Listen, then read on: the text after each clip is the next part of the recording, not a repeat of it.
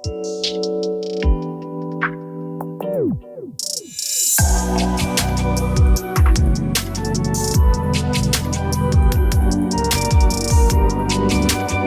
दोस्तों, कैसे हो आप लोग। आई होप आप सब अच्छे होंगे। और फ्रेंड्स, आज हम और आप मिलकर एक और नई जर्नी की शुरुआत करने जा रहे हैं। फ्रेंड्स, मैंने सोचा जब हमने जीएसटी का कोर्स कंप्लीट कर लिया, इनकम टैक्स का कोर्स भी कंप्लीट कर लिया और रजिस्ट्रेशन भी हम लोग काफी कुछ सीख चुके हैं और कुछ चीजें बची है जो हम लोग धीरे धीरे सीख रहे हैं। तो जब हम लोगों ने ये सारी चीजें सीख ली हैं तो एक इसी से जुड़ा हुआ इंपॉर्टेंट टॉपिक है, वो भी कवर कर लेते हैं। और आप लोगों में से कई लोगों ने मुझे टेलीग्राम चैनल पर, यूट्यूब कमेंट्स में मैसेज किया कि सर अकाउंट फाइनलाइजेशन के ऊपर भी वीडियो बनाइए।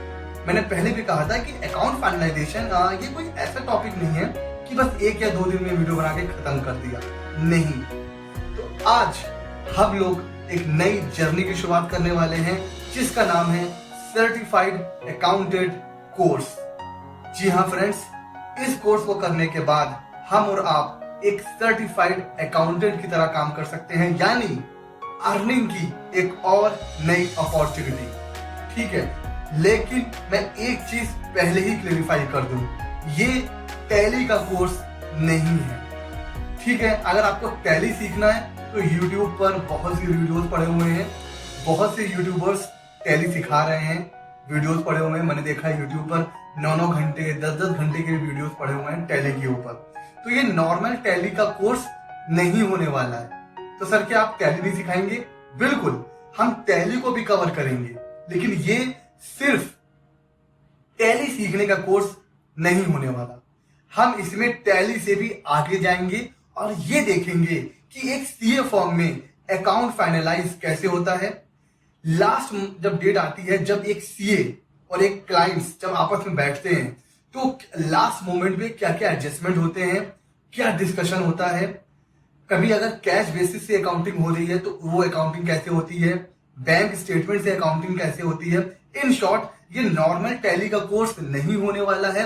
इसमें हम लोग एडवांस लेवल पर समझेंगे, प्रैक्टिकल लाइफ से मैं रियल एग्जांपल आपको दूंगा, रियल लाइफ प्रैक्टिकल असाइनमेंट से हम लोग सीखेंगे अकाउंटेंट मतलब एक अकाउंटिंग कैसे की जाती है।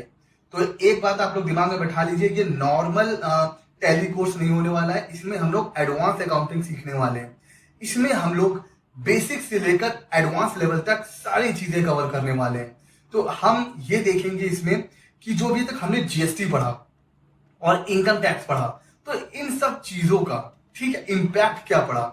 जीएसटी आने से पहले अकाउंटिंग कैसे होती थी और जीएसटी आने के बाद आखिर अकाउंटिंग कैसे होने लगी है। जीएसटी आने से जो जीएसटी के लॉ में जो चेंज होता है उससे हमारी अकाउंटिंग पे जो इम्पैक्ट पड़ता है वो कैसे पड़ता है। तो फ्रेंड्स, आई होप जैसे आपने जीएसटी कोर्स में मुझे प्यार दिया, इनकम टैक्स में प्यार दिया, वैसे ही इस कोर्स को भी आप लोग लाइक करोगे। और आई होप मैं कुछ ना कुछ आपकी नॉलेज में जरूर ऐड कर पाऊंगा। तो ये सिर्फ नॉर्मल टैली का कोर्स नहीं होने वाला है, ये टैली से भी एक हाथ आगे हम लोग एडवांस लेवल पर सीखने वाले हैं कि एक्चुअल में प्रैक्टिकल लाइफ में अकाउंटिंग कैसे की जाती है।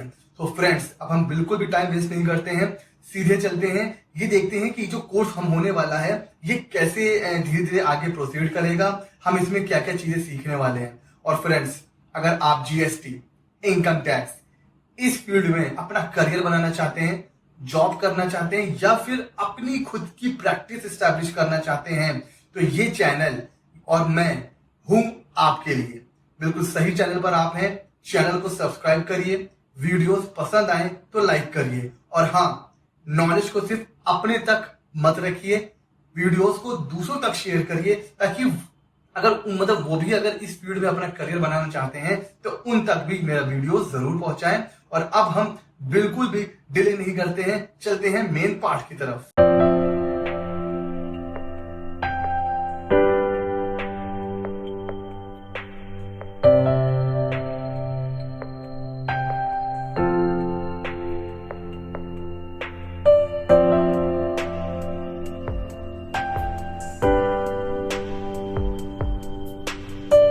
तो अब बात करते हैं कि ये जो कोर्स होने वाला है इसमें हम लोग क्या क्या चीज़ें सीखने वाले हैं। तो देखिए, इसका जो मैं अगर क्रक्स निकाल के बताऊं तो इस कोर्स में हम सीखने वाले हैं कि एक सीए फॉर्म में, मतलब एक प्रैक्टिकल वर्ड में, ठीक है, अकाउंट्स फाइनलाइज कैसे होते हैं। ठीक है, आप किसी इंस्टीट्यूट में टैली का कोर्स ज्वाइन करते हैं, वो आपको टैली की एंट्री बता देता है, ये डेबिट होगा, ये क्रेडिट होगा, ये लेज़र बनेंगे। ठीक है, उसके बाद जब आप रियल वर्ल्ड में जाते हो तो आप देखते हो कि यार जो मैंने सीखा है और जो रियल वर्ल्ड में हो रहा है उसमें इतना बड़ा डिफरेंस है। ठीक है, फिर आप धीरे धीरे सीखते हो, फिर आपको पता चलता है कि थ्योरी अलग चीज़ है और प्रैक्टिकल लाइफ बिल्कुल अलग होता है। तो मैं एज ए चार्टर्ड अकाउंटेंट, मैं इस फील्ड में काम कर रहा हूँ, मुझे पता है कि क्लाइंट्स की क्या रिक्वायरमेंट होती हैं, हमें क्या क्या प्रॉब्लम फेस करनी होती हैं। तो मैं आपको सिर्फ, जैसे कि मैंने अभी बताया, टैली नहीं बताने वाला हूँ, हम इसमें देखेंगे कि अकाउंट्स फाइनलाइज होते कैसे हैं। तो इस कोर्स में बेसिकली हम कुछ अकाउंटिंग के कॉन्सेप्ट्स देखने वाले हैं, बेसिक। देखिए, एकदम बेसिक कॉन्सेप्ट तो हम लोग नहीं देखेंगे कि भाई डेबिट क्या होता है, क्रेडिट क्या होता है, इसको हम लोग ऊपर ऊपर से समझेंगे, क्योंकि मैं ये मान के चल रहा हूँ कि आपको बेसिक अकाउंटिंग तो आती है। ठीक है, उसके बावजूद भी हम लोग कुछ बेसिक कॉन्सेप्ट ज़रूर यहाँ पे कवर करने वाले हैं। हम लोग टैली ERP 9 भी देखने वाले हैं और उसके साथ साथ जो लेटेस्ट अभी अपडेट है टैली का, टैली प्राइम, वो भी देखने वाले हैं। ठीक है, तो टैली ERP 9 भी और टैली प्राइम भी। और हम फिर ये भी देखेंगे कि GST जब आया है उसके बाद उसका इम्पैक्ट क्या पड़ा है बुक्स ऑफ अकाउंट के ऊपर, जो ITC वगैरह है उसकी एंट्री कैसे होती है बुक्स ऑफ अकाउंट में। और हम ये भी देखेंगे कि जो ITC के इतने बड़े बड़े फ्रॉड्स हो रहे हैं, आपको पता है ये सारी चीज़ें बुक्स ऑफ अकाउंट में हेरा फेरी करने के बाद ही होते हैं।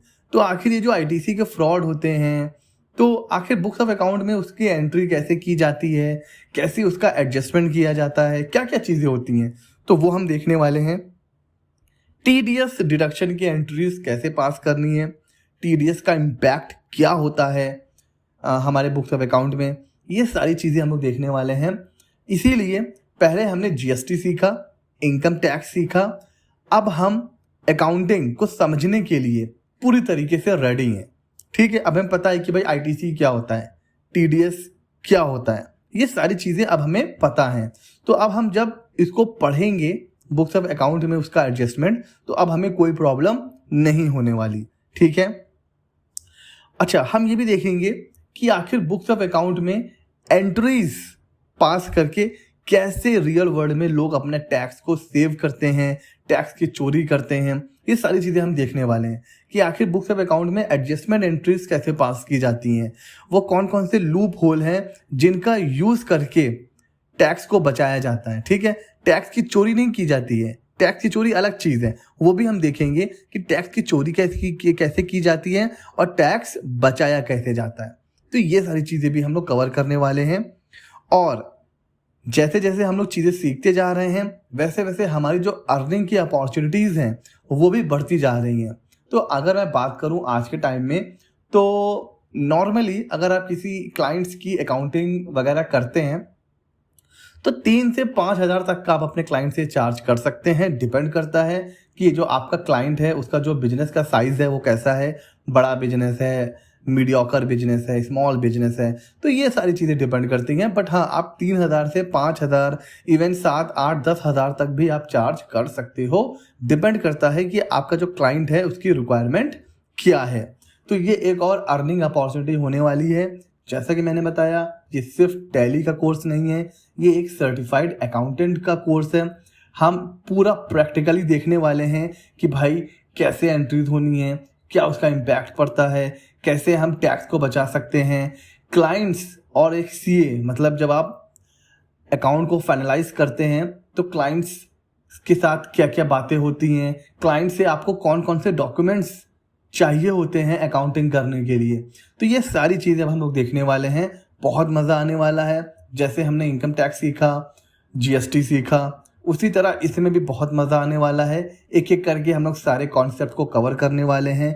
इन शॉर्ट, एक बहुत मज़ेदार जर्नी होने वाली है और आई होप आपको ये वीडियोस जो मेरे चैनल पर पड़े हुए हैं अच्छे लग रहे होंगे, तो इसी सीरीज में अब हम लोग एक नया कोर्स ऐड करने वाले हैं, सर्टिफाइड अकाउंटेंट कोर्स।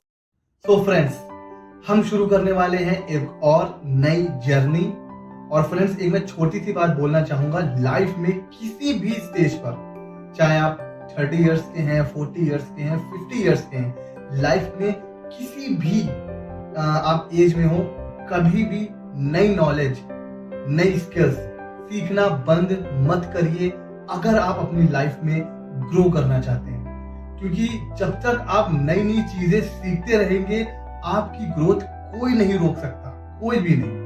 तो आपकी ग्रोथ आपके हाथ में है। लाइफ की हर स्टेज पे जहां से भी जो भी सीखने को मिले, सीखते रहिए। मैं अपने ऑफिस में जो मेरे स्टाफ है, मैं उनसे भी सीखता हूँ। कई बार उनके पास ऐसी नॉलेज होती है जो मेरे पास नहीं होती है।